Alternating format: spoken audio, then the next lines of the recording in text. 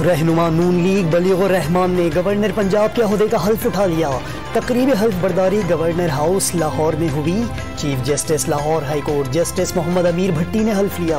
वज़ीर आला पंजाब समेत पार्लियामेंटेरियंस की तकरीब में शिरकत।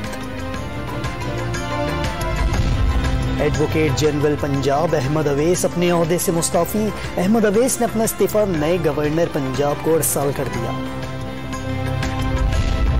स्पीकर कौमी असम्बली राजा परवेज अशरफ ने PTI के मुस्ताफ़ी अरकान असम्बली को इस्तीफों की तस्दीक के लिए 6 से 10 जून के दरमियान तलब कर लिया। मुरासले भी जारी। ज़राए के मुताबिक PTI ने अपने अरकान को स्पीकर के सामने पेश होने से रोक दिया।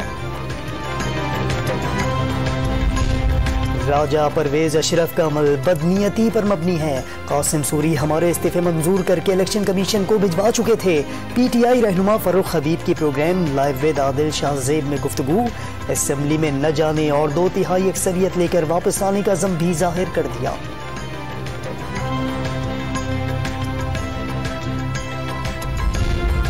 और बिलावल हाउस कराची में साबिक सदर आसिफ अली जरदारी से MQM के वफ्द की मुलाकात। सियासी सूरत हाल पर तबादला ख्याल और सिंध में मिलकर चलने पर इत्तेफाक।